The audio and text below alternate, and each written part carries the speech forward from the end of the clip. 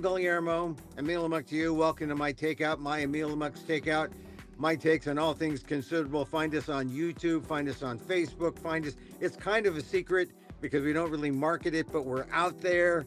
And I was saying, should we go on Thanksgiving yesterday? And I said, no, Thanksgiving. Let people enjoy their turkey, the turkey of their choice, be it tofu or seitan or whatever it is. Let them have their meal, and we'll have a meal on Friday. And here we are. And then I talked to my cohort, Professor Dan. He said, yeah, let's go on today. So we're going to have Professor Dan come here and talk about the news. Lots of news. There are lots of news things we need to discuss. Like, have you mentioned the term third world mentioned at the White House? I mean, like, that's a change. That's a shift. Please note, we'll have Professor Dan here to talk about it. But I do want to talk about Thanksgiving. It's been a tough Thanksgiving for me and my family because we were up, our face was up against gratefulness and gratitude. You know, sometimes, Thanksgiving is just an eating holiday. Wear your best expand a waist pants and, go to it. But this week, this year, it was, hey, how grateful are you?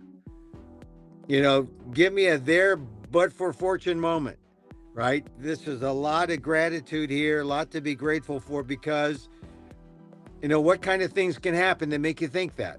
Some weird, not weird, but just bad situation that makes you say, oh, we rally, we come together as family.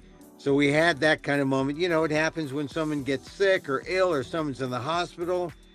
We had that twofold in my group, in my family. And it was a tough Thanksgiving Eve. On top of the National Guard shooting, right? Tough Thanksgiving, family getting together at the hospital with hospital calls, one to San Francisco, one to Vegas. We have a family member who went through two brain surgeries, two brain surgeries, and looks like he's going to pull through. So thank goodness for that. And then we had a close family member struggling, not intubated, but struggling. We're sending prayers.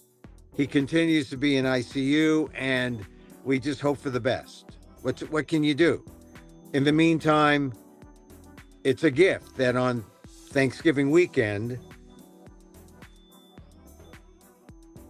you see firsthand exactly what you have to be grateful for. So it was a special Thanksgiving for me and my family, and I hope you had a special one too. And then there was the food, right? And of course, being vegan, it's always a struggle to make sure that you're, if you're in mixed company, that you have enough for everyone, vegan and non-vegan. Now, we went to a thing where it was only vegans, and it was great. And we're going to continue the vegan feast, but we always have enough. We always have enough, right? There's always enough. So a lot to be thankful for. Hey, you see on the little screen, Emil Muck 69. I was at the Marshall Week from last Wednesday. It was only a one shot. I might be back. Stay tuned here. Emil Muck 69. That's the name of the show. And it may or may not be about sex. I'm not saying. Have you read John Donne, the poet John Donne's The Flea? Is that about sex or about a flea who has just sucked the blood from you and your would-be lover? Wow, that's racy for the 17th century. Anyway, Emil Muck 69, my one-man show. Stay tuned here. I'll tell you whether or not or where we'll do it again. Maybe January, February 2026 sometime. Good show. I'm not going to be in Canada, though. they have the draw for Edmonton. I'm not going to be at Edmonton this year, but maybe Winnipeg, maybe Vancouver, maybe Toronto. We'll see. I love going to Canada in the summer. Lots of Filipinos there, lots of Asians, and but it's all lottery, so we're gonna have to see. All right, so as I said, a lot to be grateful for. I'm grateful for this guy. He's my cohort on Fridays when we talk about the news and talk about life, and he's the professor emeritus Asian American Studies, San Francisco State University. He's my friend, Professor Daniel Phil Gonzalez, San Francisco State University. Hi, Dan. Hi, good afternoon, sir. Yes, I'm sorry for your stress, the additional stress and emotional, particularly kind of confrontations that you had on such usually a happy day. Well, it was happy in a different way because, people come together, they're all in the waiting room. We see each other. Sometimes relatives haven't seen each other for years, if not months, or months, if not years. That sounds better. Yeah, So it I was a, feel the same way. I feel the same way about funerals. yeah, it's a kind of rallying, right? A rallying cry. And my my relative is still battling, and that's really the best we could hope for. So we're not out of the woods, but the family got together and made it a special Thanksgiving. So thank you for your concern there. I was wondering, before I wrote a column for the Inquirer about how I thought maybe we would have a special kind of Thanksgiving where people can talk politics for a change. I thought Mamdani getting together with Trump, that would be good. But there's also this Gallup poll that came out, and the highlights of the Gallup poll is that 8 in 10 endorse compromise. And they did this with 20,000 Americans, both online and by phone. So Gallup is like going to cutting edge public opinion. And they said 8 in 10 endorse compromise, 83% reject political violence. So it suggests that people aren't coming to, they're not coming to fisticuffs at the Thanksgiving table like maybe they would have the last 5-10 years, that we have more in agreement than not. And then 84% say the U.S. benefits from having a mix of cultures. 84, that's a majority, a vast majority. I mean, if MAGA is all anti-woke and anti-diversity, 84% in the U.S. say the country benefits from a mix of cultures. And the final headline here, the public is split, that's 50-50 on whether cultural change is happening too fast. So that may be the speed of which things happen. People disagree with somewhat, but it's still a coin flip.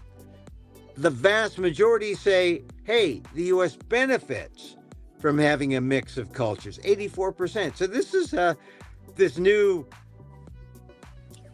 Gallup survey, 20,000 U.S. adults conducted July 7th to August 25th, part of a 5-year project by the Kettering Foundation and Gallup Democracy for All. So what do you think? I mean, was it, I know that you sometimes have contentious Thanksgiving meals.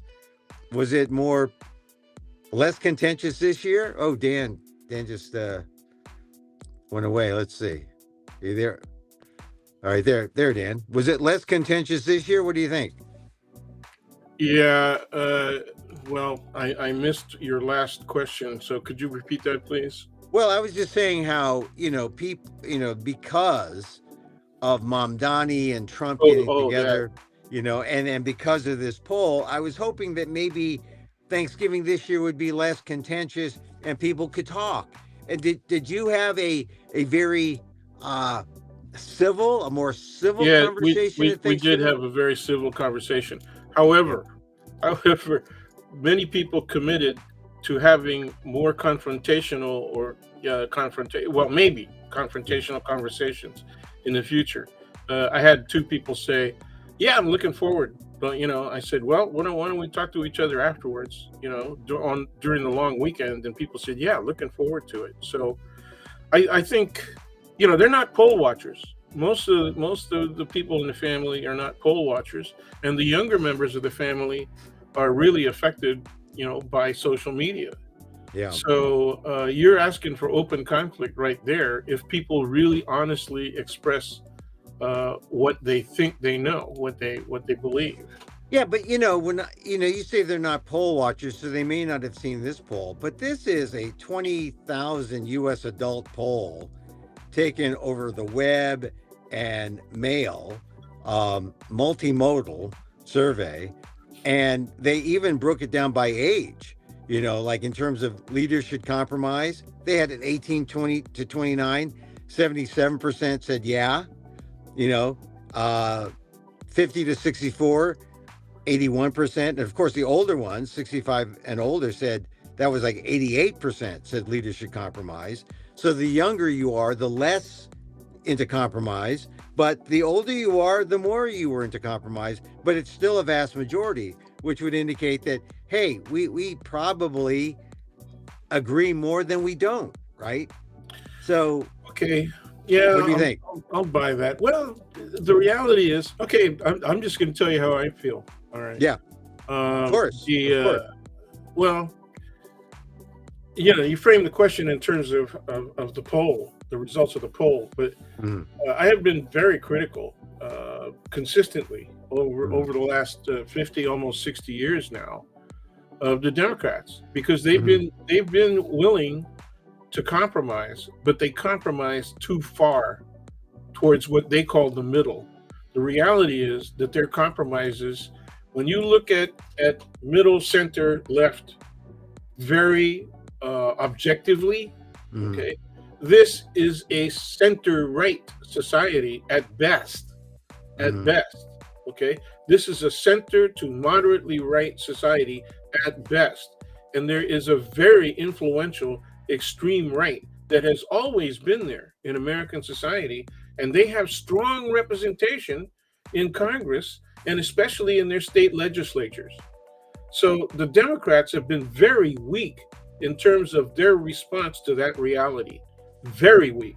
And that's how we get a genocide, whether or not you want to call it genocide, in Gaza, whatever the murders of tens of thousands of people, the majority of whom are children, right? And the constant murders and taking of land in the West Bank, okay? I don't care if you call it genocide or not. That is obviously inhumane, amoral, right? Unethical, murderous treatment. And it needs to be punished, not compromised with. That needs to be punished, okay? The Russians need to be punished. And the Democrats do not take positions that strongly. They allow the right. They bring so-called middle or centrist individuals representing the Jewish community, Jewish American community, on their shows, especially on the main networks, right? The antenna shows, as well as MS Now and CNN, and they conflate, right, criticism of Israel's inhumane actions, illegal actions, right, criminal actions, with being what? If you criticize that, you're being what? Anti-Semitic? Yeah. See, look, I understand what you're saying, and you're right. You've been very critical of the Democrats, but I'm saying in terms of a public opinion poll of what people are saying, and we know that politicians are very sensitive to what people are saying. I mean, this poll that from Gallup is really, I think it shows that maybe the politicians ought to listen to these people, because in terms of the question of whether leaders should compromise, it's pretty clear from 18 to 29, a little less so, 77%, but 50 to 65 is 81 to 88%. Say, hey, there shouldn't be gridlock on these matters. There should be more agreement. Those are two different things. Those are two different things. You're saying there shouldn't be gridlock. I agree. Okay, I agree. It's just that if you're going to compromise, you have to take stronger positions so that the place where you make your compromise, right, All right. actually improve circumstances for the people who are suffering and the people who are at risk. Okay, so Right. now I know we're going to get into it, right? The Mhm. shooting of the National Guardsman Yeah. by an Afghan asylee, right, Yeah. is now being used by the right, by the Republican Party, and by the White Right. House itself, right, Right. to up their attacks on everybody, right, Yeah. and to do even more exclusionary policy, reminiscent of, remember the bans, Muslim bans, Right. version 1 and 2, Yeah. during the Yeah. first Trump administration. Right. They're going to go beyond that at this Right. point. They've sort of been rejuvenated by this incident. But I don't know. This poll was taken between July 7th and August 25th. Right. But you know, the things that I cited here, it it really it really grouped together a majority in the country, age wise, also a majority that was, there's this divide between college educated and not college educated. Right. Always. Uh, but here, 83% said leaders should compromise, college graduate. 79% said leaders should compromise, not college graduate. So there was a real closeness there. Yeah. No, I There think was that's promising. I think Yeah, it's there- promising. But But also a real closeness on Democrats, independents, and Republicans. Republicans were 75%, Democrats 85%, independents 81%. So I was hoping that this is before the National Guard thing, that people would, would be more aligned to this. The number one thing that I liked also out of this, it said the U.S. is stronger as a nation because it has people from different races, religions, and cultures. And among all adults, 84% believed in that phrase. Now, that's promising. It's yeah. promising. I will say that the poll is promising. But let's now see what happens with this reaction to the National Guard. Right. Now, An extreme position from the right, Mhm. and so the criticisms from the left and from the center have to be stronger than those extreme positions taken by the right. They Right. have to be articulate. You have to explain why what they're doing is wrong. Why it's wrong to take the actions of one man, right? Yeah. And say this is attributable to all of these people. Well, it's just a scapegoating factor, right? I mean, this is like And they get away with it. They They want get to away do with it. They want to do this kind of extreme policy. They need an excuse. Here's the excuse. It's always a matter of cover. This is their cover for their racist actions. Yes. And Yes. we got it now. And Yes. and it's unfortunate because it seemed like where we were from this poll, which, as I said, released a couple weeks ago, but it took in 20,000 opinions between July and August It's a strong 25th. poll. It is a Yeah, strong it poll. seemed that Americans really want something better. They want to make multiculturalism work. They want they want the leaders to compromise in a strong way, not in this namby-pamby where are we going kind of thing. Yes. They want strong compromise on these issues. And now who knows? This poll may have been made irrelevant by the news of the other day. But I was hoping that this, and I mentioned it in my column last week, or that ran this week rather earlier before the holiday, that maybe this would mean we could get together and talk to each other at the dinner table and not go to fisticuffs, not go to blows because we agree. That was hope, but I guess now it's really see the people within our extended family that would have the kind of attitude that might result in tempers flaring, right? Are out of state, and they have been out of state for a while. Yeah. And the interesting thing is, two of them are out of state because they have connections with national security, government. And I suspect that the third, who is in Asia right now, also has those kinds of connections, and they have very right-wing attitudes. Yeah. Well, that's the thing. These polls are just snapshots of the general population. It's not necessarily going to be your families or my families, but I think it there's food here for something that we can move toward, and be positive rather than wait to see what the Trump administration is going to do next. It's going to be negative and affecting all of us. And now let's move into the news about the National Guard shooting. I mean, no one likes political violence. This is an act of political violence, and of course, 83% in this poll rejected political violence. And if this is, I guess, in the extreme way, you could say, we don't know why this guy. Yeah, we haven't got motivation yet. And yeah. The last report I got was that he was being uncooperative, and that was an off the air intelligence service report. Well, one of the things that is kind of interesting is he was an Afghan operative for the CIA for 10 years. Yeah, and you remember when they were evacuating these operatives, they were saying, "Hey, what are we going to do with the Afghans who helped us, who were valuable?" That's right. And people pointed out to me, well, the Afghans were involved in a civil war before we got there, and who knows what kind of Afghan you got, right? It's not the politics of but that rationale was used to just say, let's not bring them in at all.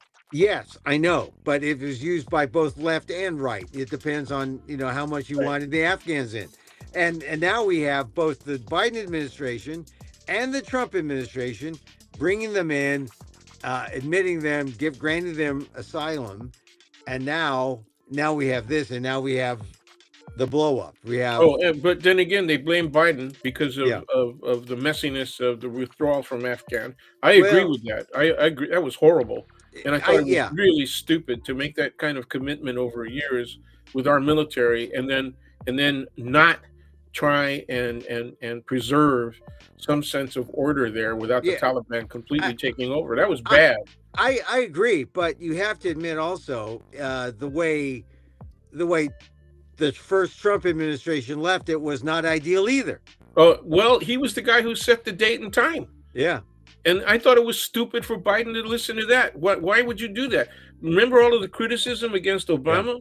Yeah. Because he said, okay, it's red line, Syria. Okay. Yeah. If we don't take care of that, right, we gotta do some kind of military action. Didn't do it. Okay? I mean, the thing that gets me is that there's a lot of blame on both sides, but for Trump to come back and blame totally Biden, the setup, I mean, Biden came up with the weak punch, but the setup and the premise was established by Trump. Yes. On departure. Yes. And he did not want to help and make Biden look good. So you can blame a lot of what has happened on Trump for not being equanimous and not thinking about the United States. This man applied for to be an asylee during the end, right in the end of the Biden administration. But he was actually given asylee status. He's given asylum officially during the Trump administration earlier this year. Yeah. You don't know exactly what it was that was in this guy, the shooter's head. He lived in Washington. He drove to D.C. We're gonna have to see. That's a hell of a drive. Well, I've one of the longest drives you can make. Right? Well, I've driven from California to DC several times, and I know it's a long drive. And he had a lot to think about, and he did it. So I don't, we're gonna see how the investigation. The reason I see it is, did you see Trump's cuckoo response? I saw it. He's just, he's just a permanent. And to all people coming in. I mean, I think, what it reminded me of is it was like the Rescission Act of 46, right? Because the Afghans fought side by side. The anti-Filipino veteran Rescission Act. Yeah, right. Well, we know. We have to be clear to the audience, Right. The Filipinos who were called to serve and promised benefits and promised pay, Right. They answered FDR's call, and then And and they the choice of citizenship as well, if they right, wanted citizenship, money, the whole U.S. thing, benefits, and they fought side by side. That's the key phrase, side by side. And then later in '46, Truman Yeah, said, it was "No, actually better than that. A lot of times, it was the Filipinos who saved American lives, right, and American veterans were very thankful for that. I grew up in that environment right." when the It's a, veterans would ask, and if I said Filipino, they would speak very highly yeah, of their relationship to Filipinos, and a lot of the officers brought their messmen, and valets yeah, with them back to upper middle class and upper class social environments yeah, as employees for their families and their right. businesses. Yeah, and so, but it's not. So it's not necessarily synonymous what happened in the Philippines and what happened with Afghanistan. Although a little bit. I mean, Yeah, the side uh, by side thing yeah, with the CIA yeah. in Afghanistan, that's important. And now we're like pulling the rug under. But now it's not just the Afghanistans because or Yeah, the are you Afghans. gonna do the list? Yeah, I mean the list, the other countries announced by the U.S. Citizenship and Immigration Services that they're going to put a halt. It's 19 countries will Yep. undergo a full-scale, rigorous re-examination, and it includes Afghanistan, Chad, the Republic of Congo, Equatorial Guinea, Eritrea, Haiti, Iran, Libya, Somalia, Sudan, Yemen, Burundi, Cuba, Sierra Leone, Togo, Turkmenistan, Venezuela, as well as Laos and Burma, the two Asian countries. So this is an overreaction, I would say. Oh yeah, a little, Yeah, I mean, a little. I don't mean to be so understated, but I don't want to sound like I Uh, have a bias here. there, A little bit of an uh, overreaction. I All the want to point out as well the use of Mr. Trump's use, the White House use, and also some Republicans' Mhm, use of the term third world. They've revived the use of the term third world. The mhm, interesting thing about that is that the term third world was developed from the left, right, mhm, during the Cold War. right, In other words, post World War II. And it was used again from the left as a definition of the relationship between the third world countries that were developing, quote, non-aligned, unquote, countries. Okay, mhm, first world was colonial, imperial, capitalist right, countries. Okay, second world was so people always say Soviet, right? yeah, And yeah, so that means that they're referring to the Soviet as a Russian empire, and it was more than that. The second world also included China. China was developing. China PRC was established in 1949. That yeah. was only But the first world again was the industrial nations, capitalist capitals, right? imperial nations. Yes, And so yes. the second world were like not quite Socialist, there, not socialist, quite there. socialist. Social, They're socialist nations. yeah. So and then the third world were the underdeveloped, right? That's correct. People used to call the term underdeveloped. Sounded like somebody that needed a teenage bra. Right, right. But it was they're actually poor countries, and But underdeveloped was used. Then they changed that almost immediately to developing, right? So developing, it went right. from poor to underdeveloped to developing. Now, I remember in my social studies class in seventh grade, we talked about Africa. We Thanks, talked. thanks for aging me, man. Wait a minute. I just remember. I'm only mentioning this because it trickled down to the books that were available in public schools. When you wanted to talk about Africa in seventh and eighth grade, right? How did Yeah, they yeah. talk about them? Uh huh. They talked about them as the underdeveloped third world countries, That's right. even then. Yeah. But now suddenly, right? Not suddenly, but accurately, people say, well, wait a minute. Oh, why do we have to have this bias in the language? They're not third world, Right. Right. in this negative sense. But I know that I have sometimes used third world as a phrase just to lump all these people, all these countries in one under one umbrella because for convenience, but it's not accurate, and so you can't use third world. So now you're upset It's because back. Yeah. it's back. And who's using third world? Who are they reporting third world? Well, No, all the you have to first do is couple, quote the Trump. people that I saw using third world, sometimes it comes from the left, okay, Yeah. but on the left, there's been discussion at the intellectual academic level about the fourth world. Okay, What's the fourth world? It's my formerly neighborhood. developing countries that are now have the choice to practice capitalist enterprise or socialist enterprise or something in between. Okay, so that's changed a lot. I mean, Well, wait a minute. are you going to consider? Are you going to consider China third world? It was Well, third world in 1949. Yeah. Okay? Well, that's It what I ain't mean. third world now, China. and What is? it's not even fourth world. It's a really, is it? I don't know. It's Is a it? kind of hybrid. China's a hybrid. Yeah, They used to play around with this phrase "one country, two systems" when they had Hong Kong. sure. It's like Yeah. it's capitalism and communism and the party Well, and they called it. They didn't want to call it capitalism. They said that there was the development of a petit bourgeois. right, of course. You got to blame them. Got to blame them. The little bourgeois, the little, the little capitalist, not the grande, not the grande bourgeois. The grande the bourgeois. petit bourgeois, like the billionaires that run what the equivalent of Amazon and Oh, those guys they're Americans. Yeah. They're Americans. They're Americans. No, man. Shanghai is U.S. Shanghai is a U.S. what territory now? What?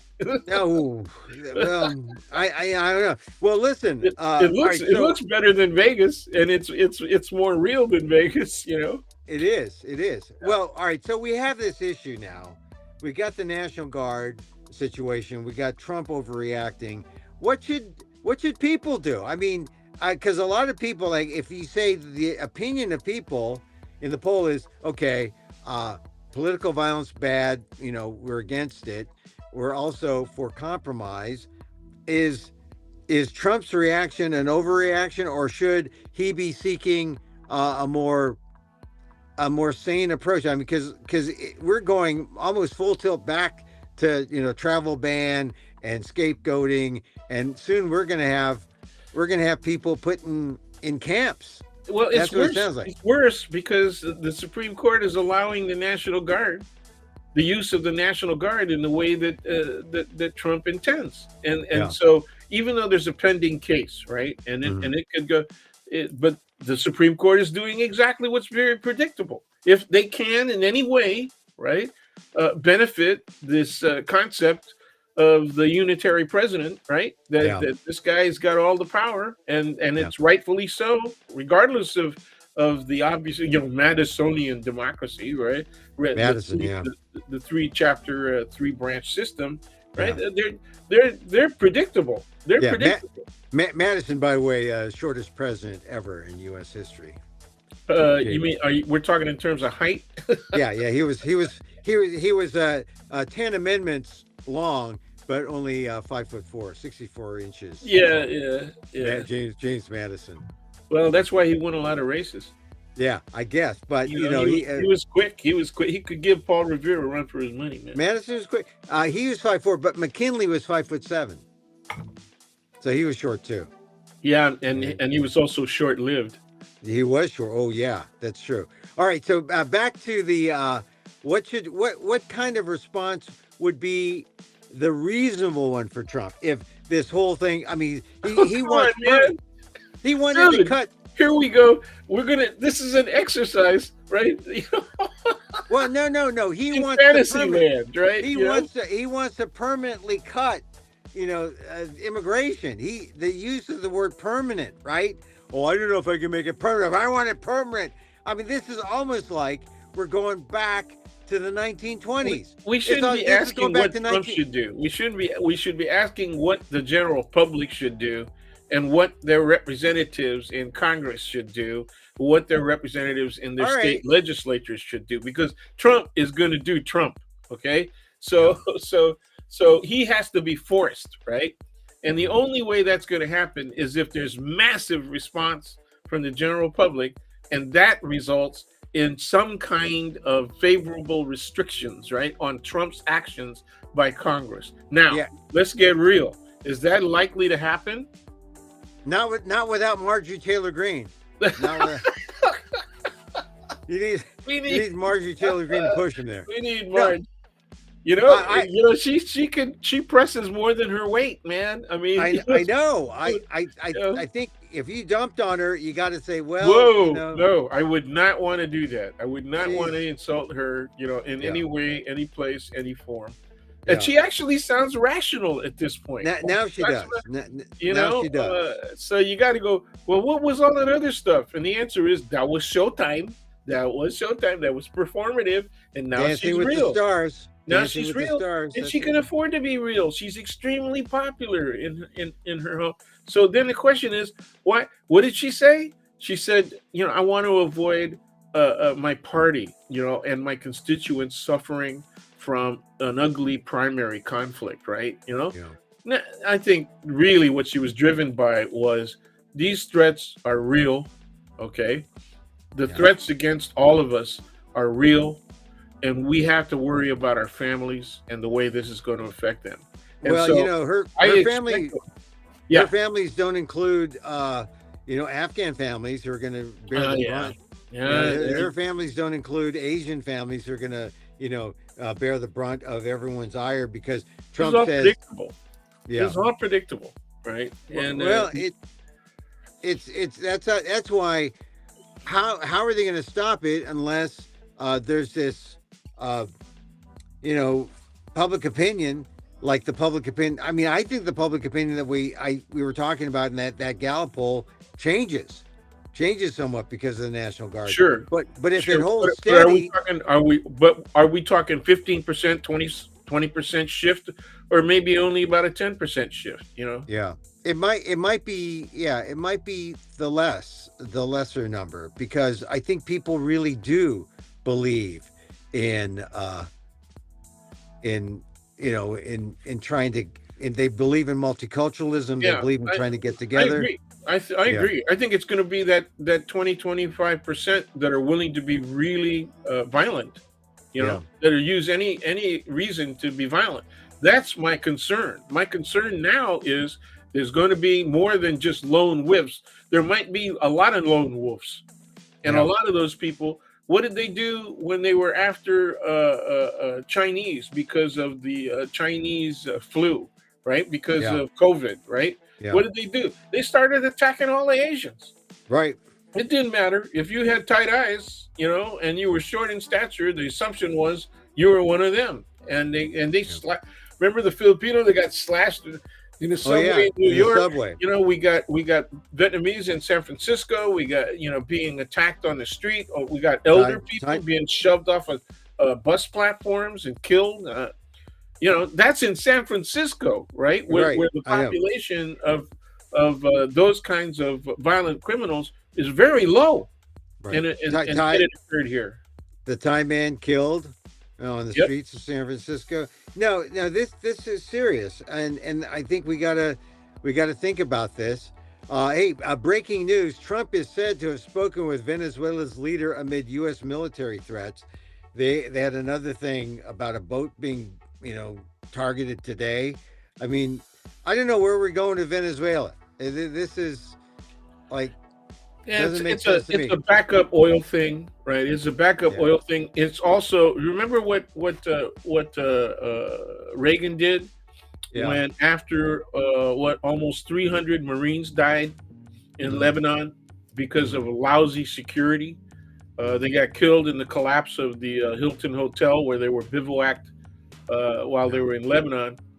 And then what did he do? He spun around and they said, we're going to rescue people from Grenada. Okay. And everybody said, what the hell? Why are we going to Grenada? And they said, there's Cubans occupying Grenada. And it turns out there were a bunch of airport engineers that were just building an airport area, right? And the people they were rescuing were mostly medical students who were in out-of-country medical schools because they couldn't get into American medical schools, right? Yeah. So that's who is there, right? So they staged this whole thing, right? Which really cracked me up because CNN reporters and cameras were on the shores of Grenada as Yeah, the so-called invading military forces from the U.S. were landing, and I'm yeah. saying, what the hell? Well, this is the thing. Grenada was a joke. It It was actually, staged. It was yeah. staged. It was, they had to make us look powerful But because under the Carter regime, remember they tried to do a rescue of the, yeah. Iran held hostages, and Well, they how about crashed into each other. So that Dan? was Dan, bad. Then they Dan looked bad in Lebanon, and so Reagan had to revive the image of the military as being strong. but isn't this Dan? And go back to 1898, Spanish-American War. Wasn't it sort of that was sort of Which the is same always kind of confused with the U.S. Philippine War, right? right, right. But the Spanish-American War, 1898, wasn't Yeah. that kind of Sure. staged in a way? Yeah, Yes, yeah, yeah, yeah. They sunk the Maine. Well, what yeah. about Vietnam? Well, didn't that start with the sinking of a ship? Yeah, You know? I don't recall exactly. I just know the Vietnamese, the Vietnam War movies. Like Apocalypse Now and Jeez. Platoon. All Did you? right, so Yeah, look, you should. I hope you went with actual veterans of Vietnam to those movies because it, I can tell you it triggered a whole lot of oh, PTSD. I know. Well, this is where we got PTSD. We didn't. I mean, we had Well, I PTSD, mean, but nothing like. no, they finally. What? How long did it take the VA and the U.S. government to recognize that PTSD was a real thing?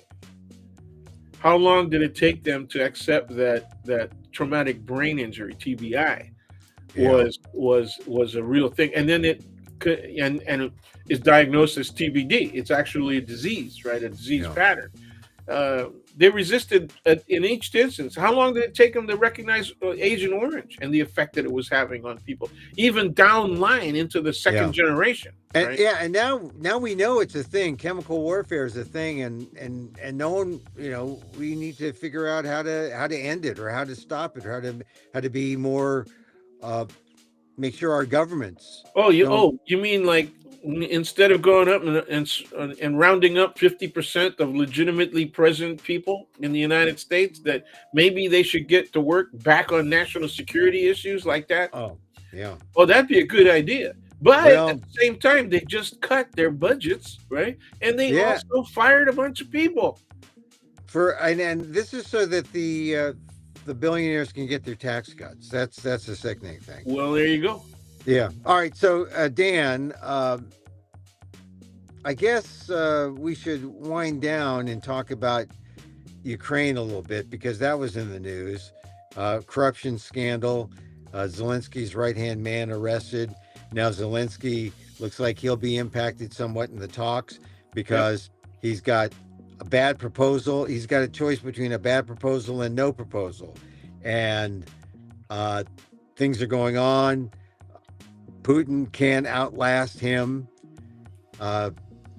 Unfortunately, I mean, it just seems he's just the bigger country. They'll play the long game. They'll play The the long game reason as long. the reason that the EU, the European Union, was hesitant, right, to accept Ukrainian entreaties, right, to become part of the European Union, was because of corruption.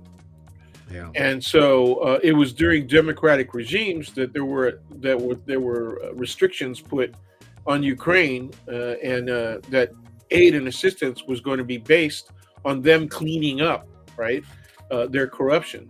And that's when the president before Zelensky engaged in that process, and he did so quite successfully, right? But then what happens is the Russian attack, beginning in 2014 in Crimea.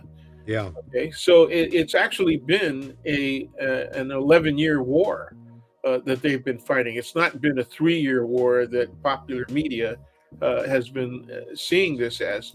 And so during periods like that, right, corruption is actually likely to occur. Russians pushing the outskirts, right, of the Yeah. capital. February 2020. I saved this paper.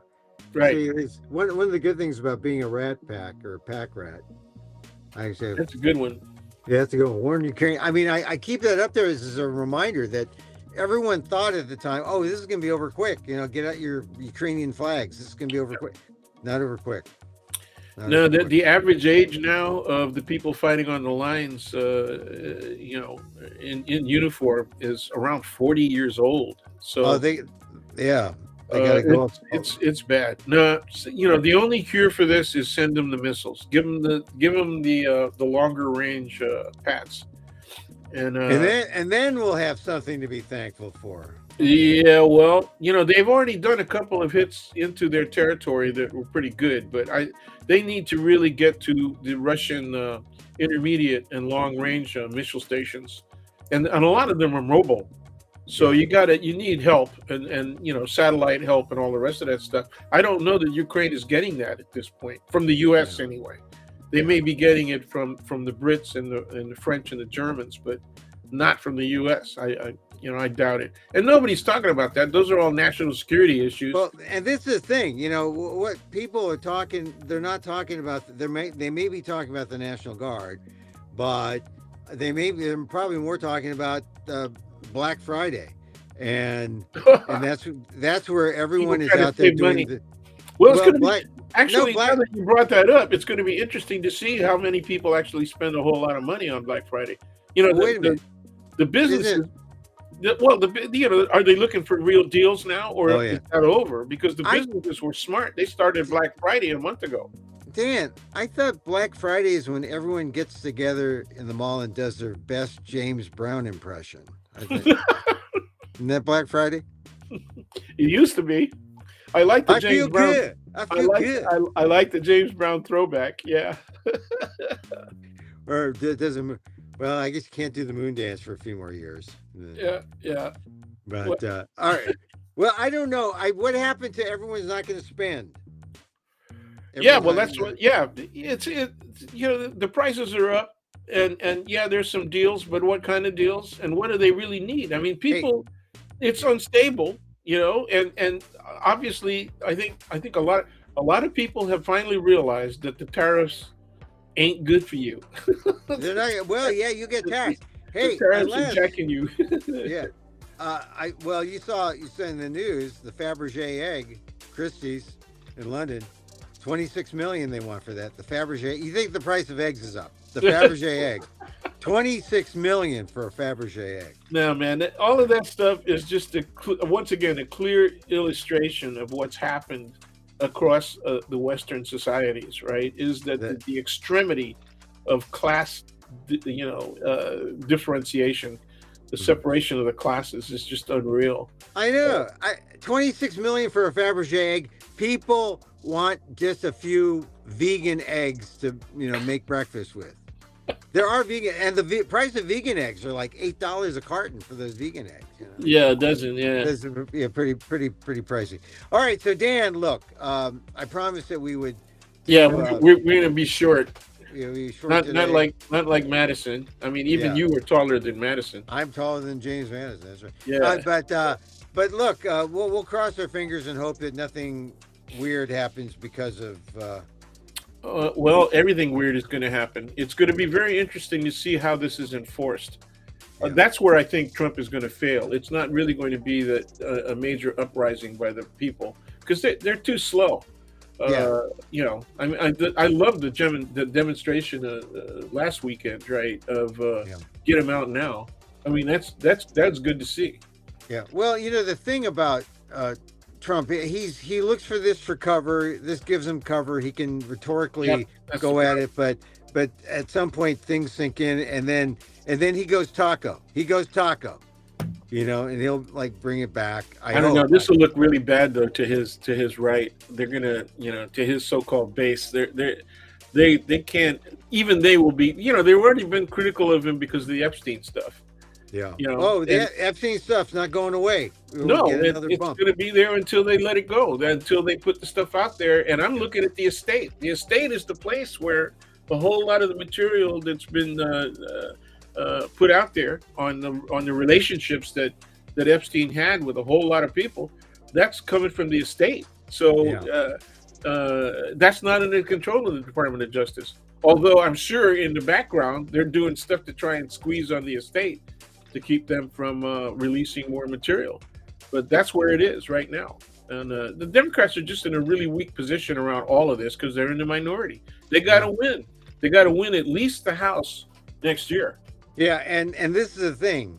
If they don't win, we can expect more of this. We can more weak sauce. Weak sauce from the Democrats and well, and even if they do win, are they going to correct the things that, for example, Ms. Harris most recently criticized the Biden administration, said we should have done a whole hell of a lot more on a number of issues. And her positions are consistent with the Bernie Sanders argument.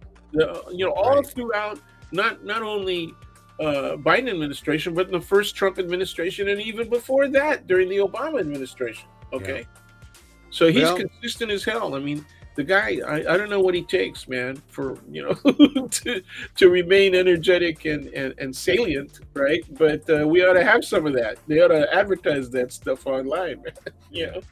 All right. Thank you. Listen, Dan, I appreciate coming on. Have a great Thanksgiving week. I'm not going to buy anything if I can help it. Me either. We got to look and see, maybe. And but we got leftovers galore, man. We went heavy seafood. We went heavy seafood this time, so we got heavy seafood. We went heavy seitan. Heavy seitan.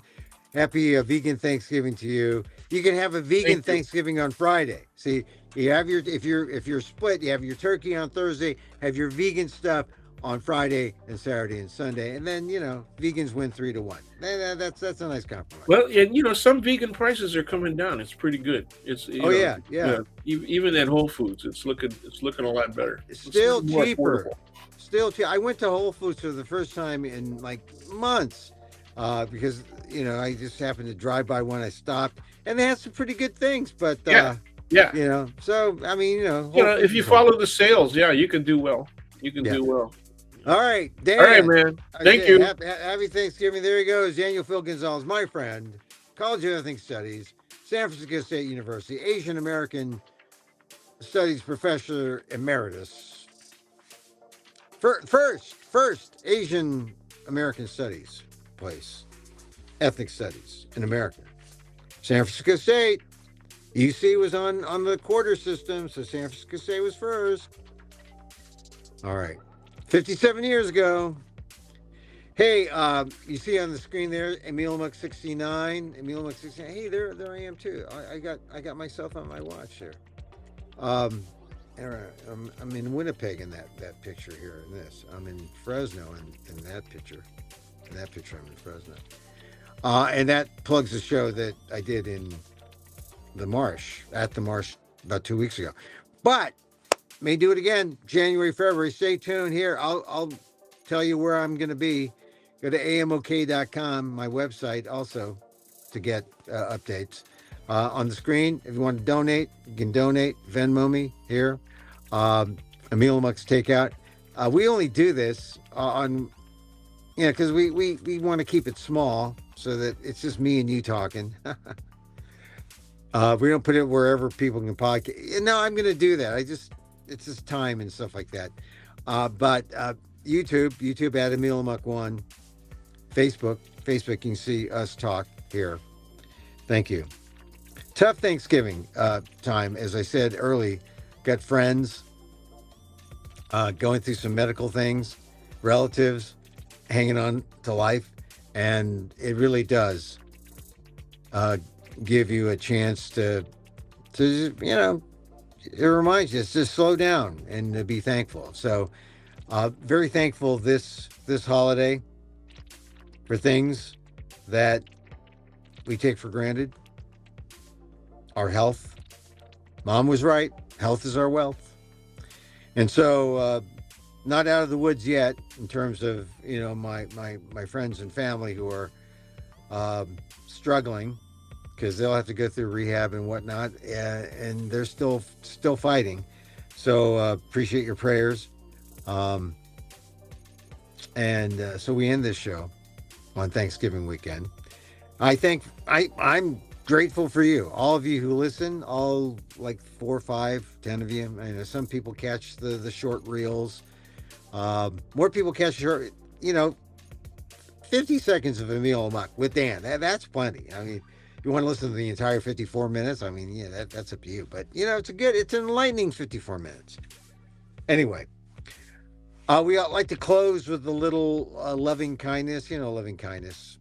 Sharon Salzberg, I borrow from her, borrow from the best, right? Loving kindness meditation. We need it now. Show that loving kindness. And so as I wish for me, I wish for you. May you be safe. May you be happy. May you be healthy. And may you live with ease. You were living with ease if you got that Thanksgiving meal out without a hitch. Oh, that's ease. That's ease. I had a good Thanksgiving meal. Hope you had a good one. Stay away from Black Friday. Let's keep it brown. Brown Friday. I mean, it's not a money spending time. Save your money. Save your money. Think about the spiritual stuff, right? The inside, not the outside. Till next time. Listen to this over again. You can use your finger and rewind it wherever you are, YouTube. Please take care. Emil Amok here. Till next time. Mahal Kita.